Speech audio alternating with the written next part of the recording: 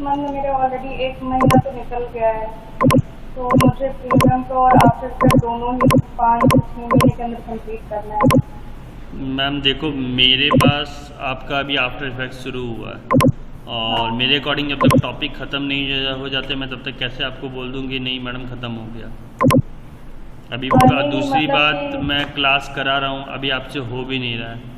और फिर यही है कि मैं क्लास कराने से मतलब रखूँ और कोर्स कंप्लीट करने से मतलब रखूँ, और आपको ना आए तो फिर वो आप देख लो कि सर कोर्स नहीं, कंप्लीट। वो तो सर ठीक है कि अगर मुझसे नहीं हो पा रहा है वो तो मेरी मिस्टेक है, बट मतलब हो जा रहा है, बट वो कुछ कुछ चीज़ अभी क्योंकि मेरे से हो नहीं रही है, मेरे को इतना ज़्यादा इसके बारे में पता नहीं है।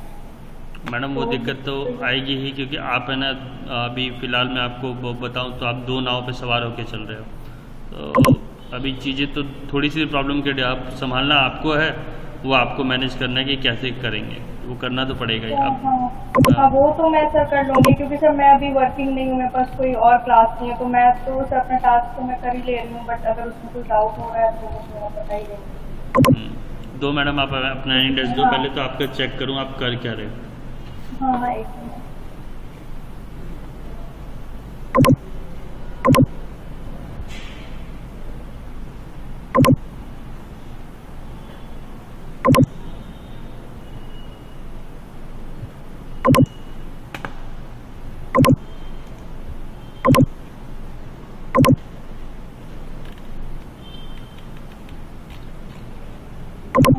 सर मैं बता रही हूँ वैसे। हेलो। मैम बोलो ना। हाँ हाँ, 1532 32 1532। 904। चलिए मैम एक्सेप्ट करिए।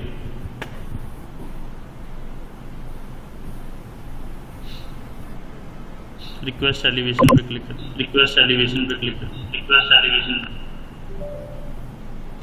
यस कर दीजिए। सर ये मैंने एक्चुअली ओपन किया हुआ ही था सर, पहले तो ये वाला डाउट मुझे समझ ही नहीं आ रहा है। फिर मैंने पाथ मतलब शेप में करते हैं तब वो जाके हमें आता है ऑप्शन, बट मैंने पाथ पे करके सिलेक्शन किया फिर भी आ रहा है। जी क्या है मैम ये? सर ये एक्चुअली फर्स्ट लेयर का जो मैंने ये था ना क्या है? सर, ये जो फर्स्ट लेयर थी हमारी सर, उसको जब हम सिलेक्शन बना रहे थे ना पेन टूल से, तो जो मतलब बनाने के बाद पता नहीं क्यों वो रिमेनिंग ऐसे शो हो रहा है साइड से। सबको शो करो, सबको शो करो, सबको शो करो।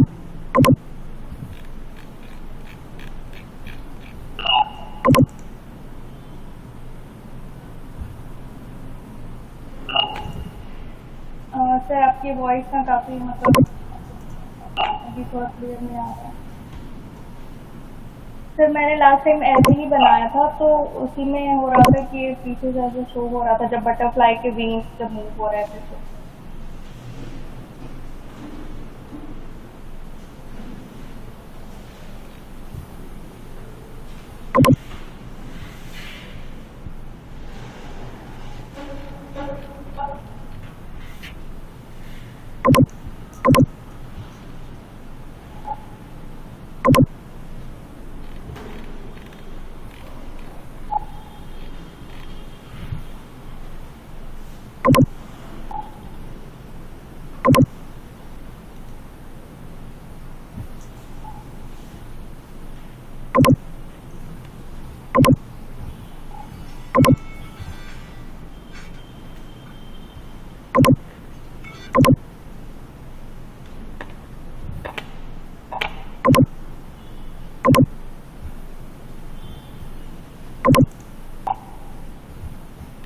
ये पहले वाली है, 1 मिनट से मैं उसको कि वो फाइल में एक मिनट दिखा रही हूँ आपको, तो मैं यूज़ कर रही हूँ।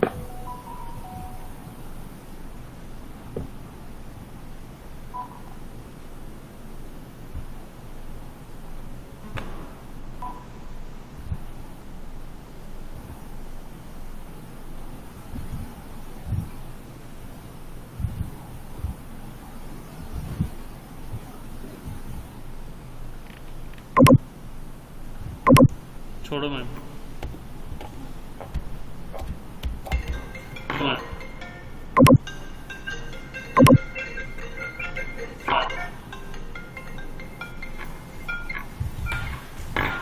नमस्ते।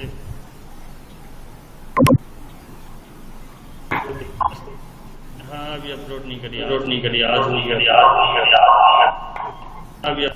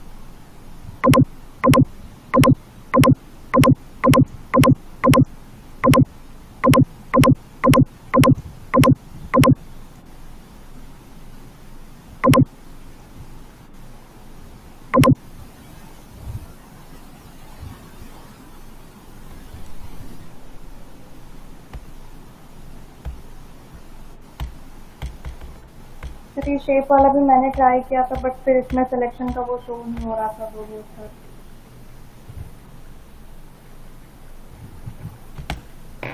अपने आप लेयर क्रिएट कैसे होगी? लेयर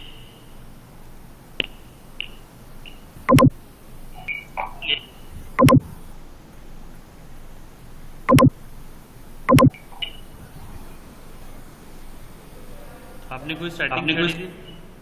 नहीं सर, मैंने तो ऐसे ही किया था। फर्स्ट टाइम भी मैंने किया था तो भी वो ऐसे ही हो रहा था। मैंने कुछ किया नहीं था, जैसे थी चीजें वैसे ही थी।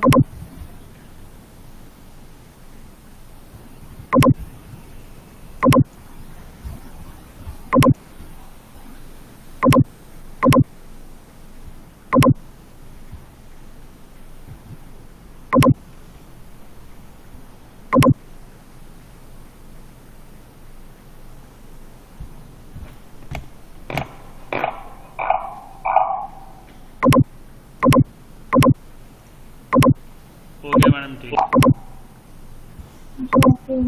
तो ये कैसे, मतलब समझ में कुछ इशू हो गया था क्या? मैम आपने सेटिंग क्लिक कर दिया था मैम। आप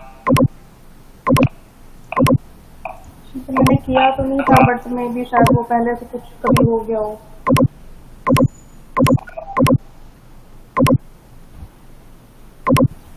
ठीक है सर, समझती हूँ। ठीक है, वो इसलिए गड़बड़ क्लियर भी नहीं हो रही। ठीक है, हाँ जब भी आपको ऐसी कोई दिक्कत आए राइट में लगता है, ठीक है, यहाँ जाके रीसेट मिलता है। ठीक है, हाँ सर। आपने भी फोटोशॉप में इस बारे में नहीं पढ़ा है? नहीं अभी तो सर ऐसा कुछ करने इस बारे में नहीं था। ठीक है, और बताओ और कौन सा और सर ये जैसे मैं बाकी स्टूडेंट्स का देख रही हूँ जो ग्रुप में शेयर करते हैं, तो उनका होता है कि एक पेज पर ही सारी चीजें आ रही हैं। सर मैंने जैसे अलग अलग बना लिया था, ये अलग से मैंने बनाई थी, और ये तो ठीक था कि इसको हटाने की जरूरत नहीं थी। बट जहाँ पे मुझे ऐसा था कि मैं टेक्स्ट मेरा हाइड हो जाए, तो इसमें ये चीज़ नहीं समझ में आती कि मैंने ऑलरेडी इसका ओपेसिटी पे काम किया हुआ है इस वाले लेयर पे, तो फिर से उसको कैसे मैं इस इमेज के पीछे हटा दूँ? आपका टेक्स्ट का टेक्स्ट वाली लेयर दिखाओ मुझे। होम बैल्कनी डेकोरेशन टेक्स्ट को सबमिट वाली दिखाओ। ये वाली टेक्स्ट वाली है, तो इसकी ओपेसिटी 0 करो, और किसके बात करनी है उसके साथ करो, किस टाइमलाइन पे किसके बात करनी है। ये एक्चुअली 3 इमेजेस आ रहे हैं, तो जैसे ही पहली वाली आ रही है वो हाइड हो जाए। हाँ, तो उस वाली इमेज को सेलेक्ट करो, टेक्स्ट को सेलेक्ट करो, और जिसको शो रखना है उसको छोड़ दो। उस इमेज के ट्रांसफॉर्म में जाओ, और ओपेसिटी वाले टैब्स वाले को भी और उसको भी सेलेक्ट करो, और ओपेसिटी डाउन करो, और को टाइमलाइन को रोक दो मैडम। हाँ सर, वो मैं एक्चुअली इमेज देख रही हूँ।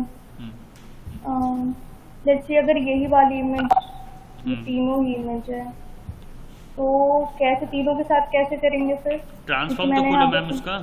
हाँ हाँ ठीक हाँ, है, ये अब कर इसकी लिया। ओपेसिटी और इसकी ओपेसिटी कंट्रोल दबा के दोनों को सेलेक्ट करो।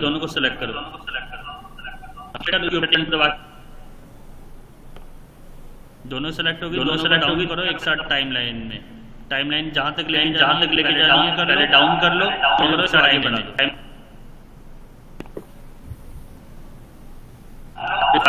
होगी ओपेसिटी डाउन, अब प्ले करो, होगी डाउन। नहीं सर, एक बार आप करके बता दो, मुझे समझ नहीं आ रहा। मैडम मैं यहाँ से कर ही तो नहीं पा रहा हूँ, तभी तो मैंने आपको बोला। पहले टाइमलाइन जहाँ से ओपेसिटी डाउन करनी है वहाँ पे रखो टाइमलाइन। टाइमलाइन से ओपेसिटी डाउन है, ठीक है। अब यहाँ से ओपेसिटी दोनों को पकड़ो, कंट्रोल दबा के। सर एक साथ अगर एक से ज्यादा की हमें जैसे 3 इमेज है, तीनों की करनी है तो हम कंट्रोल प्रेस करके कर सकते हैं। बिल्कुल। आप 2 3 नहीं, इवन 10 को भी कर सकते हो। अच्छा ठीक। 10 भी कर सकते हो।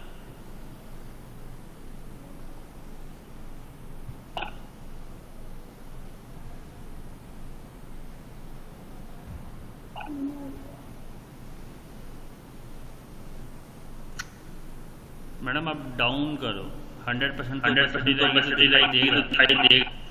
करो। देखो आप गायब हो गए।